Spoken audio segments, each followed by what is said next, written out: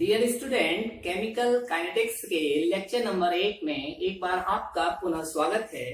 Last lecture में हमने discuss किया था रेट लॉ या रेट एक्सप्रेशन को, जो कि एक्सपेरिमेंटली डिटरमाइन किया जाता है।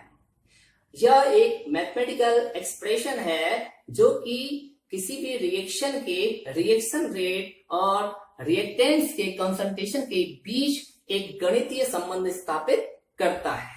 आज हम इसी रेट लॉ या रेट एक्सप्रेशन पर बेस्ड केमिकल रिएक्शन की एक इंपोर्टेंट प्रॉपर्टी, जिसे हम कहते हैं ऑर्डर ऑफ रिएक्शन, उसको डिस्कस करने जा रहे हैं। तो चलिए शुरुआत करते हैं आज के लेक्चर की।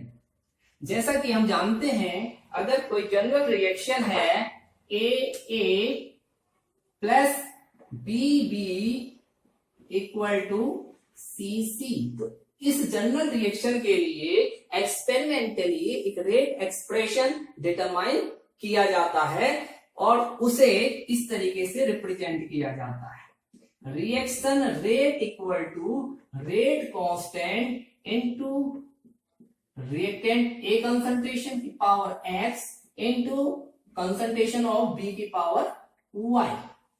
इस तरीके से ये एक्सपेरिमेंटली डिटरमाइंड हमारा क्या है, रेट लॉ या रेट एक्सप्रेशन है। यहां पर कंसंट्रेशन टर्म्स के ऊपर कुछ हमें पावर इंडिसेस देखने को मिल रहे हैं। ये power indices he order of reaction को बताते हैं। इनका संबंध किससे है? ऑर्डर ऑफ रिएक्शन से है। अब ये ऑर्डर ऑफ रिएक्शन बताते हैं क्रमशः उसी रिएक्टेंट के सापेक्ष जिसके पावर इंडिसेस होते हैं। तो यहां पर हम कह सकते हैं ये x किस रिएक्टेंट का पावर कोफिशिएंट है? ये रिएक्टेंट A का पावर इंडिसेस है। तो ये हो जाएगा order of reaction with respect to A। इसी प्रकार से हम समझ सकते हैं कि ये y क्या है? ये ऑर्डर ऑफ रिएक्शन है विद रेस्पेक्ट टू b। हमारा जो ओवरऑल रेट ऑफ रिएक्शन होता है वो प्रत्येक अभिकारक के सापेक्ष ऑर्डर ऑफ रिएक्शन के सम के द्वारा रिप्रेजेंट किया जाता है। तो हमारा ओवरऑल रेट ऑफ रिएक्शन हो जाएगा यहां पर x प्लस वाई। x क्या है? ये रिएक्टेंट A के सापेक्ष ऑर्डर ऑफ रिएक्शन है और Y क्या है? ये रिएक्टेंट B के सापेक्ष ऑर्डर ऑफ रिएक्शन है। अगर इनको हम जोड़ देते हैं तो वही हमारा ओवरऑल ऑर्डर ऑफ रिएक्शन कहलाता है। यहां पर गलती से मिस्टेक से रेट लिख दिया है, तो इसको मैं लिख दे रहा हूं ओवरऑल ऑर्डर ऑफ रिएक्शन। तो ओवरऑल ऑर्डर ऑफ रिएक्शन किस प्रकार से रेट एक्सप्रेशन के द्वारा हम लिख सकते हैं, ये हम जान चुके हैं। तो इसको अब हम डिफाइन भी कर सकते हैं कि ऑर्डर ऑफ रिएक्शन है क्या। Order of reaction is the sum of power indices of concentration terms present in rate expression और रेट लॉ। इसका मतलब ये हुआ कि ऑर्डर ऑफ रिएक्शन या अभिक्रिया की कोटि किसी वेग व्यंजक में जो कंसंट्रेशन टर्म्स हैं उनके पावर इंडिसेस के सम के द्वारा प्रदर्शित किया जाता है। अब हम कुछ एग्जांपल्स लेकर के देखते हैं। जैसे कि हमने पहला एग्जांपल लिया हुआ है, एक reaction H2 plus of Cl2 equal to formation of HCl। Experimentally ये पाया जाता है कि इस रिएक्शन का रिएक्शन रेट कांस्टेंट और हाइड्रोजन के कंसंट्रेशन की पावर 0 और Cl2 के कंसंट्रेशन की पावर 0 के द्वारा एक्सप्रेस किया जाता है। तो ये रिलेशन हमें ये बता रहा है कि रिएक्शन रेट न तो हाइड्रोजन के कंसंट्रेशन पर डिपेंड कर रहा है और न ही Cl2 के कंसंट्रेशन पर डिपेंड कर रहा है। अगर हम इनके पावर इंडिसेस को जोड़ देते हैं, ऐड कर देते हैं, तो हमें ओवरऑल ऑर्डर ऑफ रिएक्शन मिल जाता है 0।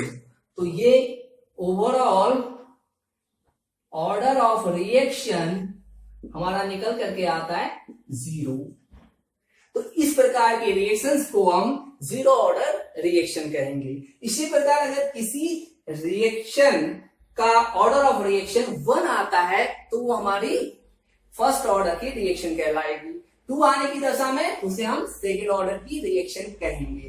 क्या किसी रिएक्शन का ऑर्डर ऑफ रिएक्शन फ्रैक्शनल भी हो सकता है? आइए हम एक अनदर एग्जांपल लेते हैं। H2 plus Br2 equal to 2SBr।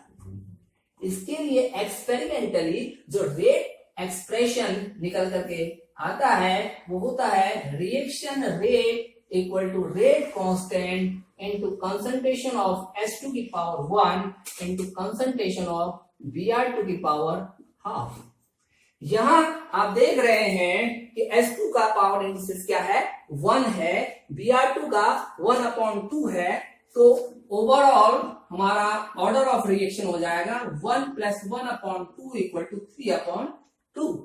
तो इस प्रकार हम देख रहे हैं हाँ ऑर्डर ऑफ रिएक्शन फ्रैक्शनल भी हो सकता है। इसी प्रकार किसी रिएक्शन का ऑर्डर ऑफ रिएक्शन नेगेटिव भी हो सकता है किसी कंसंट्रेशन टर्म के सापेक्ष। ऐसा कब होता है? ऐसा उन एक्सटर्नली प्रेजेंट सब्सटेंसेस की उपस्थिति में होता है जो कि रिएक्शन रेट को डिक्रीज करने का काम करते हैं और ऐसे सब्सटेंसेस को हम इनहिबिटर कहते हैं। तो इस प्रकार हम देख रहे हैं कि ऑर्डर ऑफ रिएक्शन में बी 0, में बी पॉजिटिव इंटीजर, में बी नेगेटिव इंटीजर और में बी फ्रैक्शनल। अब हम इस स्टडी को ऑर्डर ऑफ रिएक्शन की इस स्टडी को हम समराइज करने की कोशिश करते हैं। तो हम कह सकते हैं order of reaction experimentally determine किया जाता है। क्यों? क्योंकि ये हमने किसके द्वारा डिटरमाइन किया? ये हमने रेट एक्सप्रेशन के द्वारा डिटरमाइन किया और रेट एक्सप्रेशन क्या है हमारा? एक्सपेरिमेंटल है। तो सबसे पहला पॉइंट हमारा आ गया order of reaction, it is determined experimentally. Second thing, it may be 0, it may be positive or negative integer, it may be fractional, it may be positive or negative integer और 0 और fractional number। तो इसमें किस तरीके की problem आपसे पूछी जा सकती है? इसमें हमें कुछ एक्सपेरिमेंटली डाटा गिवन हो सकते हैं, उनके बेसिस पर order of reaction find out करने को कहा जा सकता है। साथ ही किसी रिएक्शन के लिए आपका रेट लॉ या रेट एक्सप्रेशन दिया हो सकता है और उनके बेसिस पर आपसे ऑर्डर ऑफ रिएक्शन पूछा जा सकता है। एक एग्जाम्पल लेकर के हम इस चीज को समझने की कोशिश। हमारी प्रॉब्लम है, एक रिएक्शन दी हुई है A + B = C और इसके लिए दिया हुआ है हमारे पास रेट एक्सप्रेशन और हमसे कह रहा है कि इस रिएक्शन का ऑर्डर ऑफ रिएक्शन बताएंगे। हम जानते हैं अगर हमें रेट एक्सप्रेशन पता हो तो उसके आधार पर हम किसी भी रिएक्शन का ऑर्डर ऑफ रिएक्शन किस प्रकार से लिख सकते हैं। तो सबसे पहले लिख लेते हैं रेट एक्सप्रेशन को, reaction rate equal to K into concentration of A की power half into concentration B। ये गिवन था हमें। अब ऑर्डर ऑफ रिएक्शन की डेफिनेशन पे आते हैं तो हम जानते हैं order of reaction is the sum of power indices present in rate expression और रेट लॉ। तो इनके सम के रूप में हमने लिखना है। अब यहाँ पावर इंडिसेस क्या है? हाफ है और बी की पावर क्या है? 1 है। तो हम लिख देंगे order of reaction is equal to half plus 1 equal to 3/2। That will be our answer. अब यही प्रॉब्लम हमारी दूसरे रूप में भी पूछी जा सकती है। कभी कभी क्वेश्चन में पूछ लिया जाएगा कि इस रिएक्शन का order of reaction find out कीजिए या तो रिएक्टेंट ए के सापेक्ष या रिएक्टेंट बी के सापेक्ष। तो उस केस में क्या होगा, हम केवल उस पर्टिकुलर रिएक्टेंट के पावर इंडिसेस को देखेंगे। जैसा कि यहां पर अगर पूछ लिया जाता कि ए रिएक्टेंट के सापेक्ष ऑर्डर ऑफ रिएक्शन क्या होगा तो क्या हो जाएगा? हाफ हो जाएगा। क्यों? क्योंकि कंसंट्रेशन ऑफ ए का पावर इंडिसेस क्या है? हाफ है। इसी प्रकार अगर रिएक्टेंट बी के सापेक्ष ऑर्डर ऑफ रिएक्शन निकालने को कहा जाता तो हम क्या कह देते, वह क्या होगा? 1 होगा, क्योंकि यहां पर पावर इंडिसेस क्या है? 1 है। तो आई थिंक अब आप ओटी पे आधारित प्रॉब्लम्स को सॉल्व कर सकेंगे। अब हम इसी कोटि के आधार पर एक नई चीज जो कि यूनिट ऑफ रेट कांस्टेंट होती है उसको किस तरीके से डिटरमाइन किया जाता है उसको सीखेंगे।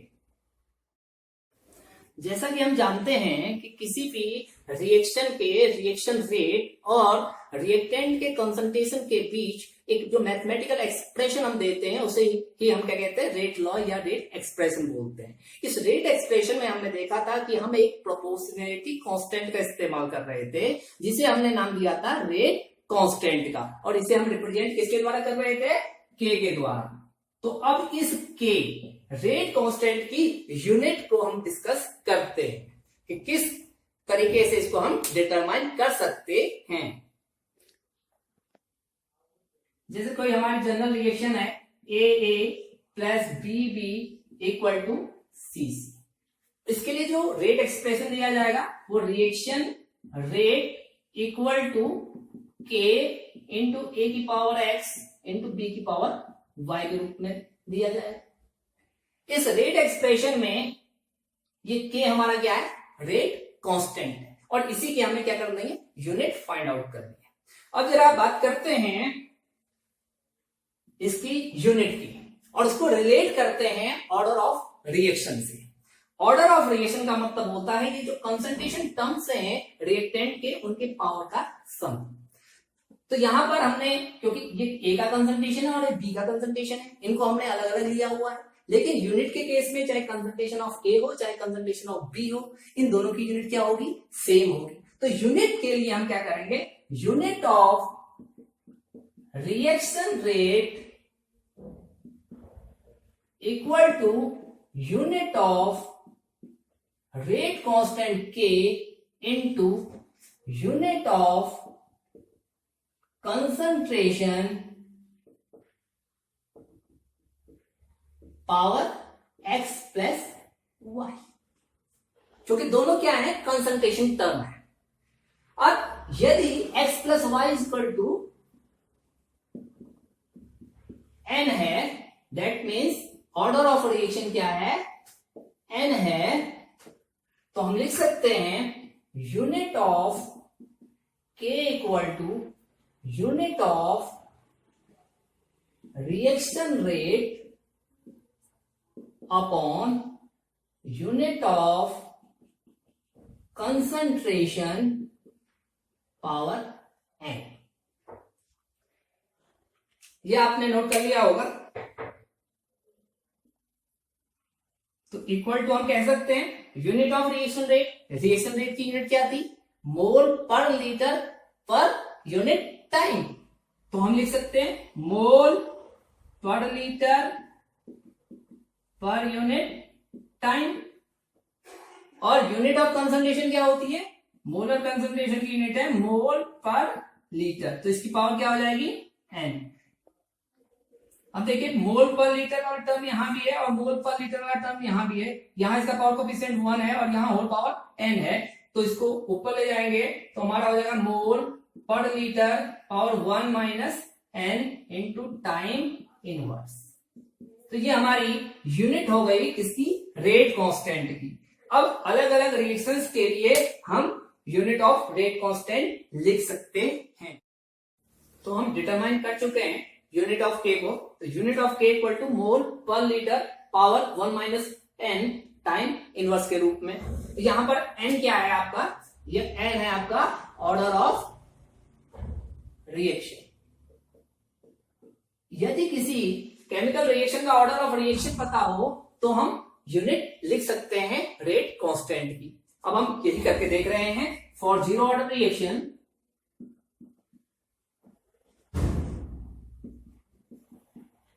n इक्वल टू हो जाएगा 0, यूनिट ऑफ k हो जाएगी, यहां पर पुट कर लें n इक्वल टू 0, क्या हो जाएगा मोल पर लीटर पावर 1 को लिखने की जरूरत नहीं है, time inverse.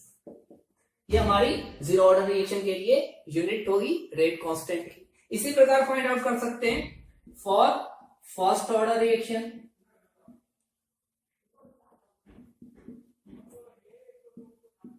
Unit of K equal to n equal to 1 रखेंगे तो 1 माइनस 1 इक्वल टू 0, तो पावर कोफिशिएंट 0 हो गया, दैट मीन्स की वैल्यू 1 हो गई। अब बचा क्या हमारा टाइम इनवर्स। तो फर्स्ट ऑर्डर रिएक्शन के लिए जो के की यूनिट होगी वो टाइम इनवर्स होगी। Time may be second, may be minute, may be day और एक्स्ट्रा। इसी प्रकार हम फॉर सेकेंड ऑर्डर रिएक्शन भी लिख सकते हैं unit of K N equal to 2 लेंगे, यह आ जाएगा मोल पर लीटर की पावर -1, 1 minus 2 equal to -1 time inverse equal to हम लिख सकते हैं mole inverse litre time inverse. अब क्या इंपॉर्टेंस है इनकी, न्यूमेरिकल प्रॉब्लम्स में कई बार direct order of reaction given नहीं होता है, तो उस केस में हम यूनिट ऑफ के के द्वारा डिटरमाइन कर सकते हैं, फाइंड आउट कर सकते हैं कि हमारी दी गई प्रॉब्लम किस ऑर्डर की रिएक्शन है। तो ये आपके लिए न्यूमेरिकल प्रॉब्लम्स में बहुत ज्यादा बेनिफिशियल रहेगा, इसलिए इसका अभ्यास करें।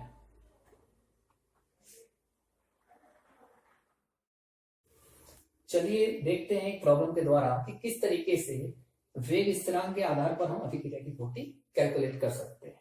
हमारी न्यूमेरिकल प्रॉब्लम है, एक रिएक्शन दी हुई है, उसके लिए दिया हुआ है कि रेट कांस्टेंट इतना है। अब इसके द्वारा आपको कहा जा रहा है कि order of reaction find out कीजिए। तो हम ऑर्डर ऑफ रिएक्शन किसके आधार पर फाइंड आउट करेंगे, ये वेग स्थिरांक की यूनिट के बेसिस पे, क्योंकि हम जानते हैं unit of rate constant K is given by the general expression mole per liter raised to the power 1 minus n time inverse। और हमें टाइम दिया हुआ है सेकेंड में, तो हम इसे चेंज कर लेते हैं टाइम इनवर्स को सेकेंड इनवर्स में। यह हमेशा टाइम इनवर्स ही रहेगा, चाहे ऑर्डर ऑफ रिएक्शन कुछ भी हो। अब हम इस यूनिट को कंपेयर करेंगे हमारी गिवन यूनिट से, लेकिन उससे पहले इसको हम सिंप्लीफाई कर लेते हैं। तो हमारे आ गया मोल, मोल की पावर हो जाएगी 1 माइनस n, और L इनवर्स की पावर भी हो जाएगी 1 माइनस n सेकेंड इनवर्स। इसको हम लिख सकते हैं mole raise to the power 1 minus n L to the power n minus 1, minus होने की वजह से ये चेंज हो गए, और ये सेकेंड इनवर्स। अब बाय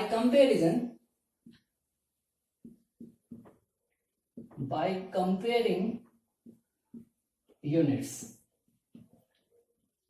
देखिए हमारी जो जनरल यूनिट है वो है मोल पावर 1 माइनस n L की power n minus 1 second inverse, और जो गिवन यूनिट है उसको इससे कंपेयर करना है, और वो यूनिट है मोल की पावर -1 L पावर 1 सेकेंड इनवर्स।